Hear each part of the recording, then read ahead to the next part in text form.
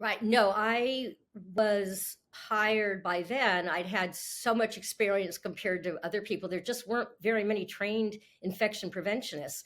So my microbiology background at that point didn't matter. I knew what I knew what I was talking about. When I would interview, I could explain to them what I'd been doing and what my point of view was, and how I stuck with the evidence-based guidelines. I was into putting bundles in place. They could see the structure that I came with.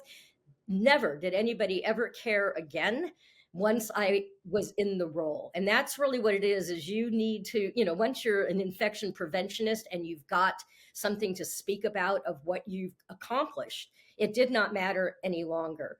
That I wasn't. Now, what I found, and I've been, in many hospitals since then.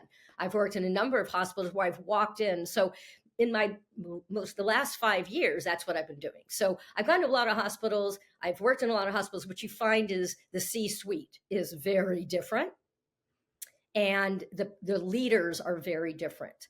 And I walked into some places where science did not matter. My science, they weren't interested in my science.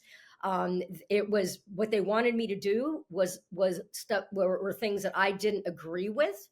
From a science background, I couldn't support that, and I didn't want to put my professional reputation on the line any longer. So what you find between facilities is who you report to is a big thing.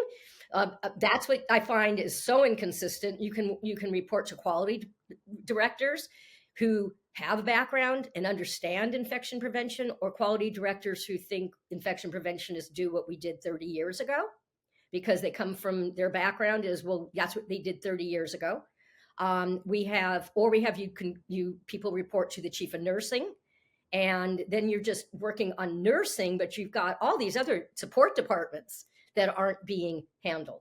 For me, what's most important, and I've finding, is somebody who is the quality director who really understands the role of an infection preventionist and what a good infection preventionist looks like.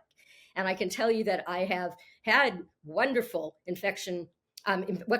wonderful quality directors who put me to the test, and they warned me they were putting me to the test.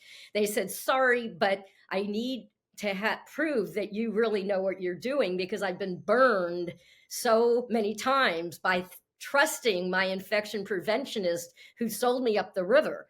Literally, I have been told that a few times by, I'm hiring you because the last person sold us up the river. Wow. So they could see that they said, I need someone who knows their stuff. And they could see from my background that I knew my stuff. And that's how it's very different in every hospital. There's a variety, and this is the biggest pitfall: who you report to and how much they respect the profession and your skills.